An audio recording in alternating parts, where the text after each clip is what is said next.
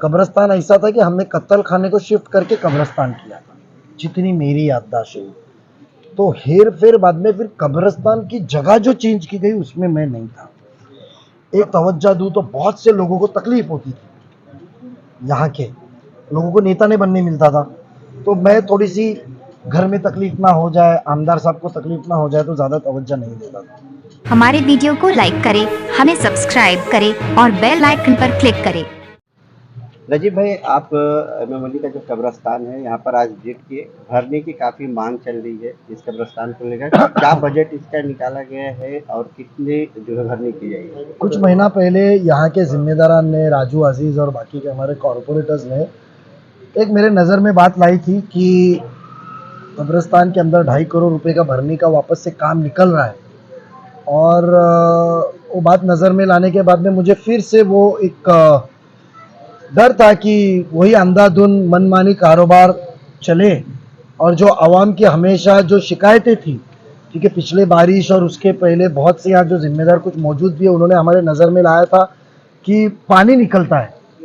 भरनी या मट्टी का जो क्वालिटी वो बराबर नहीं है, यहाँ वहाँ की लाई,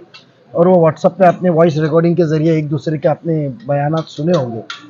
तो मैंने वो काम को रोका था कमिश्नर साहब के पास, और मेरा एक ही उसकी वजह थी कि उसका लेटर देके काम रोका था कि काम सही ढंग से होना चाहिए। और उसके बाद में फिर कमिश्नर साहब के गाइडेंस के अंदर सिटी इंजीनियर की हमारे साथ में मीटिंग हुई, और हमने उन्हें कहा कि काम करना है तो तरकीब से कीजिए, जहाँ से हमारे मसले जो है वो हल हो जाए। पानी नहीं आया, और उसके दौरान में पता चला कि 0.6 मीटर की 3 फुट की गली भरनी दिखा के कर रही थी, जिससे मसले हल नहीं हो रहे थे। तो हमने कहा कि काम की संख्या को, जो area of scope of work है, वो भले कम करो, टुकड़े टुकड़े में करो, पर मुकम्मल और निजामात के साथ करो, एक सिस्टमैटिक करो, जो हमारी ज़रूरत है। तो हमने उसको तकरीबन 55% एरिया कवर होने वाला है, हमने उसको 2 मीटर के लिए तकरीबन 6.5 फुट की आज की जगह से कॉम्पैक्टेड मट्टी 3 लेयर के अंदर उसको फिलिंग करके कॉम्पैक्शन के अंदर काम करने का किया है। और खुशी की बात है, 2 दिन पहले ही कमिश्नर साहब के पास बैठ के उसकी स्टैंडिंग की फाइल हमने मंजूर कराई। मेरे ख्याल से इंशाल्लाह आज या कल में इंटीमेशन ऑफ लेटर निकल के 2 दिन में जो भी ठेकेदार है, भले वो किसी का भी वो ठेकेदार को ऑर्डर दी जाएगी, बट इसके अंदर कॉन्ट्रैक्टर या यहाँ के जो सियासती हम करे जो सो कायदा, कल हमारे किसी को साहब को बोले कि मैं बोलूँगा जब भी कब्रिस्तान होगा, तो ऐसा नहीं है। पैसा कॉरपोरेशन का है, और कॉरपोरेशन एक आम इंसान भी जाता है तो उसकी सुनवाई होती है। तो वहाँ किसी नेता की, आमदार या कोई बड़े आदमी की ज़रूरत नहीं है, उनको सिर्फ मसले समझाइए, आपका काम हो जाता है। तो मैं शुक्रगुजार हूँ कमिश्नर का, वो निज़ामात बनेगा, एक प्रॉपर सिस्टमेटिक रैम्प बनेगा। और यह हमने देखा कि बहुत सी जगह है चलने फिरने के लिए रखी गई है, तो हमने सुझाव दिया, जो कॉरपोरेशन की खुद की डिमांड थी कि हमको कब्रिस्तान की लाइंस के अंदर एक्सपांड होना चाहिए, तो जो 6 मीटर रखा था तो 3 मीटर और कब्रिस्तान दीवार की तरफ बढ़ा जाएगा, वहां से लिया जाएगा जिधर तादाद कब्रिस्तान की ज्यादा होती है। तो यहाँ के जिम्मेदार ने बताया कि आप वो करते थे, तकरीबन हमारा साल भर एक लाइन में जितनी तफ्तीन होती है वो उधर कवर हो जाती है। और रही बात, कुछ लोगों ने, जिम्मेदारों ने अभी मट्टी के सिलसिले में बताया, तो हमने मालूमात ली ताबड़तोड़ उनके सामने। हमने सिटी इंजीनियर को फ़ोन किए, कमिश्नर साहब को बोले, तो उन्होंने इमीडिएटली कहा कि जो मट्टी है जिससे बॉडी डिकम्पोज, जो तफ्तीन के अंदर जिसको वक्त कम लगे, तो हम ज़्यादा से ज़्यादा लोगों को यहाँ तफ्तीन कर सकते हैं। तो वो सिलसिले के अंदर वो मट्टी का सिलसिला मांगे, हमने बम्बई के ट्रस्ट जिन्होंने यूज़ किया उनका लेटर मंगाया है, और उन्होंने कहा कि भले आज एरिया ऑफ वर्क कम हो जाएगा, बट जो होगा वो मुकम्मल होगा। तो एक टप्पे में एक बार वो मुकम्मल होता है, तो दूसरे टप्पे में इंशाल्लाह आने वाले बारिश के पहले वो भी टप्पा लिया जाएगा। कब्रिस्तान को बजट की कमी नहीं होगी, इंशाल्लाह सीएम साहब, डीसीएम साहब से हम बजट लेकर आएंगे, शासन का बजट लेकर आ जाएंगे, कॉरपोरेशन का लेंगे, बट कब्रिस्तान बारिश के पहले इंशाल्लाह आने वाले दिनों में मुकम्मल होगा, निजामात के साथ, शिकायतों के बगैर। और इंशाल्लाह उम्मीद है कि उसके बाद कोई आंदोलन या करने की जरूरत नहीं पड़ेगी, क्योंकि अभी आग पे पट्टी लगा के काम चल रहा था, अभी आग खोल के लोगों के मशवरे से काम होगा। अच्छा, ये जो काम गेट का हो रहा है और यहाँ बाजू में जो वजू खाना था, वहाँ शायद मस्जिद बनाई जा रही है, वजू खाना पीछे जाएगा, तो ये अलग अलग इसका चर्चा हो रहा है कि ये काम हम करा रहे हैं, ये मनपा के निधि से हो रहा है, किसके निधि से? सवाब जारिया है, जो लोग काम कराते थे, मेरे को कुछ शिकायतें आई थी, मैंने आवाम उनसे पूछा, अधिकारियों से, तो ऐसा है कब्रिस्तान में सवाब जारिया के लिए कुछ कोई चीज बना के दे रहा है अपने इखराजात के बगैर अपना नाम लगाए तो बेशक खुशी की बात है। गेट बने लगे, यहाँ किसी का नाम नहीं लगेगा कि हमने बनाया, क्योंकि वो नेकी का काम है और हकीकत में उसको नेकी का काम है तो बंद मुट्ठी होना चाहिए। आज हमने, मैं शुक्रगुजार हूँ, उस वक्त मुझे आज भी याद है एकनाथ शिंदे साहब सभागृह नेता थे और मैं 2002 में पहली बार चुन के आया था। उसके पहले महापालिका के हद के अंदर कब्रिस्तान में कभी महापालिका का फंड यूज नहीं किया था, थाने जिला में किधर भी नहीं हुआ था। मैंने वो डिमांड रखा था और शिंदे साहब ने ओके किए थे और उसके बाद में शमशान भूमि के आगे कब्रिस्तान लगा और उसके बाद करोड़ों रुपया लगा। जितना मुमरा कब्रिस्तान पे इखराजात हुआ है उससे 3 गुना थाने शहर में हमारे जरिए हुआ है। हमने किधर भी पार्टी नहीं लगाए, मार्बल के गेट बने कब्रिस्तान के, खुद के नाम की पार्टी लगी क्योंकि सवाब का काम है। तो जो यहाँ काम करना चाहता है वो काम करे, इसाले सवाब के लिए जो करना है करे, उसको रोकना क्यों किसी नाम ने? का भी इशू हो रहा है कि क्या नाम रहेगा कब्रिस्तान का गेट पे। कब्रिस्तान का नाम तो कॉरपोरेशन तय करेगी। कॉरपोरेशन के अंदर जो कब्रिस्तान का नाम देना है वो कॉरपोरेशन तय करेगी, अभी हाउस तो नहीं है जो कमिश्नर साहब तय करेंगे। मुझे लगता है कि नाम से ज्यादा यहाँ के मसले और जो कब्र में तफ्तीन करने की तकलीफ है उसको हल करना वो अहम है, वो दिखावा है, हकीकी है। अच्छा, कब्रिस्तान तो ये मिला, यहाँ पर बॉडी भी दफन हुई, लेकिन कहीं ना कहीं लोगों के दिल में एक अभी भी वो सिकम है कि जहाँ कब्रिस्तान मिलना था वहाँ नहीं मिला, यहाँ मिला। और ऐसा लोग कह रहे हैं कि उस वक्त आप जो है विरोधी पक्ष नेता थे, स्टैंडिंग कमेटी के मेंबर भी थे, तो आप ये हेर फेर क्यों होने दिए? मैं उसकी तहकीकात जरूर करूंगा क्योंकि उस वक्त मुझे दिमाग देने का काम था कि मसले को कैसा हल करें। तो जब मेरे सामने पेचीदा मामला था और जहाँ की सुनील मित्तल मेरी इज्जत करते थे और जबी के साबिक जो आमदार थे हमारे उस वक्त के नेता थे, उनका कुछ अनबन हो गया था मिजाज को लेकर उनके, तो वो कोई हैंड ओवर करने को नहीं तैयार थे। तो उस वक्त मेरे सामने कमिश्नर थे, कमिश्नर ने पेचीदा मामला रखे और आला हज़रत मोइन मियां साहब ने मुझे बुलाए थे और कहा था कि मामला सियासती मैपना में अटका है, इसको किस तरीके से निकाला जाए और कब्रिस्तान की सख्त ज़रूरत है। तो उस चीज़ में मैंने तवज्जो दिया। तो कब्रिस्तान ऐसा था कि हमने कत्ल खाने को शिफ्ट करके कब्रिस्तान किया था, जितनी मेरी याददाश्त है। तो हेर फेर बाद में फिर कब्रिस्तान की जगह जो चेंज की गई उसमें मैं नहीं था। एक कब्रिस्तान जहाँ रिजर्वेशन आया था और एक कत्ल खाने का रिजर्वेशन आया था। तो जो सुनील मित्तल साहब के साथ मैं बैठ के जो बातचीत की थी, मैंने प्लान देखा नहीं था क्योंकि मुझे जगह मुहैया करानी थी। मैं प्लान देखा नहीं था क्योंकि मैं ज़्यादा तवज्जो दूँ तो बहुत से लोगों को तकलीफ होती थी, यहाँ के लोगों को नेता नहीं बनने मिलता था। तो मैं थोड़ी सी घर में तकलीफ ना हो जाए, आमदार साहब को तकलीफ ना हो जाए, तो ज़्यादा तवज्जो नहीं देता था। तो कब्रिस्तान की जगह पे कत्ल खाना डाला गया था और कत्ल खाने की जगह पे एक जो रिजर्वेशन चेंज का मामला था, तो मैंने सिर्फ कमिश्नर साहब को बोला कि ये जो चेंज पुटअप कर रहे हैं आप उसको ओके करो।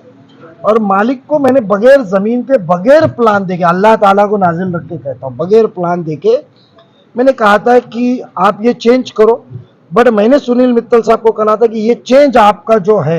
मैं आपकी कमिश्नर साहब से करा के देता हूं, तो मुझे 24 घंटे में जगह हैंड ओवर का लेटर आपको देना पड़ेगा।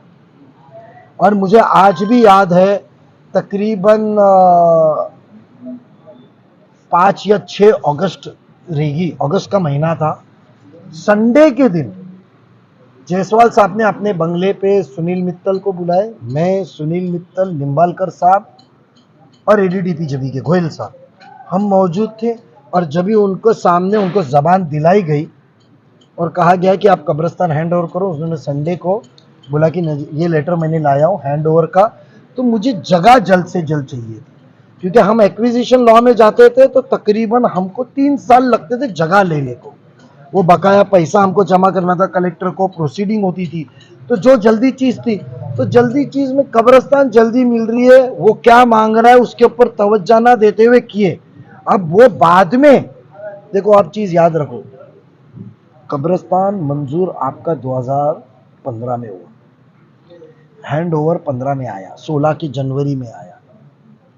और उसका रिजर्वेशन चेंज का प्रस्ताव कुछ उसने 15 के 16 के अंदर मंजूर किया, उसके बाद में उसने लेआउट के अंदर चेंज किया, कुछ रास्ते शिफ्ट कराया, रिजर्वेशन शिफ्ट कराया, तो वो चीज़ का मुकम्मल नकाशा देखे नहीं थे। बट आज जो चीज़ है हकीकत, उस चीज़ के ऊपर स्टडी चालू है और हमारी डिमांड है कि यहाँ जो टुकड़े टुकड़े में डेवलपमेंट हो रहा है, बहुत अहम बात कह रहा हूँ, टुकड़े टुकड़े में जो डेवलपमेंट हो रहा है और वो टुकड़े के अंदर 15% 20% वर्किंग पार्टनर ली जा रही है दलाली के तौर में या कुछ पैसे लगा के जो चीज़ चल रही है, उसके अंदर मुमरा का नुकसान हो रहा है। ये लेआउट एक साथ डेवलप होता है तो हमारे को एम्यूनिटी बहुत सारे मिलते हैं। देखो, दो चीज़ होती है आवाम की सहूलत के लिए, एक होती है एम्यूनिटी जो फ्री में जगह मिलती है वो बिल्डिंग 20,000 के ऊपर जाने से, और एक होती है रिजर्वेशन जो अलग अलग तरीके में हमको मिलता है। इसके लिए हमने सबसे पहले रुकावट रखी है, जो कोने में एसटी डेपो, जो डेपो का टीएमटी डेपो का रिजर्वेशन था, उसको हज हाउस में, हज हाउस तो हमें एम्यूनिटी पे लेनी चाहिए, वो एक इमारत है, उससे आवाम को फैज नहीं है। हाजी हमारे 100 जाएंगे मुमरा से, 200 जाएंगे, बट वो आधे प्राइवेट से जाएंगे, कोटे में तो ऑल इंडिया आएगा, कोटे में तो महाराष्ट्र का आएगा, तो मुमरा को तो कोई कोटा नहीं मिलने वाला पिछली टाइम की जगह। तो हम उसकी मुखालिफत कर रहे हैं कि हज हाउस एक एम्यूनिटी पे दो, जो कॉर्पोरेशन को फ्री में प्लॉट मिलता है, क्योंकि सेमी गवर्नमेंट है, मगर जो हमारा रिजर्वेशन है वो ऐसा होना चाहिए जो आवाम को उसका फायदा पहुंचे, डायरेक्ट आवाम को पहुंचे। अच्छा, ये कहा जा रहा था कि जब कब्रिस्तान यहाँ पर मिला उस वक्त अजीज बाटा साहब ने यहाँ पर बहुत विरोध किया था, तो आपने ही उनको जो है शांत करा दिया कि हमारा काम है। अजीज बाटा ने विरोध किया था कब्रिस्तान मिलने के वक्त ही, मट्टी के भराव के टाइम पे विरोध किया था, तो मट्टी, आपने कहा कि बेशक हमारा मेरे काम को है, मुझे आप आमदार जो है- साहब का फोन आया कि अजीज आपकी बात मानता है, बेशक मेरा बहुत कमांडर बहुत अच्छा है, हमारा मेरा साथी है, मेरा भाई है। तो मैंने उसको रात के वक्त मेरे ख्याल से फ़ोन किया था, जीतू जानता है, तो फ़ोन किया था और मैंने कहा था, तो अजीज़ ने, मैंने सिर्फ उसको रोका नहीं था, अजीज़ ने जो शिकायत की थी उस वक्त मैंने अजीज़ को लाइन पे रखते वक्त मैंने अवार्ड साहब को कॉन्फ्रेंस पे लिया था, और कॉन्फ्रेंस पे लिखा क्या कि ये शख्स है और साहब आपने किसी को काम दिए हुए है, भले वो काम आपका चमचा हो या आपका दरवाजा खुलने वाला हो, मगर वो इंसान को पैसे मिलने वाले काम आखिरत का, उसने काम सही तरीके से करना चाहिए। अजीज की शिकायत है कि मट्टी सही तरीके से नहीं आ रही है, पत्थर आ रहे हैं, मट्टी नहीं आ रही है, तो आप उसमें दुरुस्ती करो, अजीज बीच में रुकावट नहीं लाएगा। और वो वादा दिया गया था मुझे कि वो चीज का काम सही तरीके से होगा, अजीज को बस शांत रहे। एक आखिरी सवाल, मुमरा बाईपास पर टोल नाके के पास एक कब्रिस्तान है, फाइनल हजरत स्टेज पे मोइनिया ने है, आपको ही जिम्मेदारी फाइनल स्टेज पे है, 7-8 फाइनल साल से स्टेज पे कब नहीं, मिलेगा? सुनो मेरी बात, उसमें दिक्कत, राजू भाई ने भी 6-7 महीना पहले बोले 1-2 महीने में मिल जाएगा। उसमें टेक्निकल डिफिकल्टी थी, जो अल्लाह उनको और नवाजे, जो बड़े शख्स ने बंबई के अपने जाती पैसे से वो ज़मीन खरीदी थी, तो उस वक्त जितनी उनको लोगों ने गाइड किया था तो उसके अंदर कुछ टेक्निकल डिफिकल्टी थी।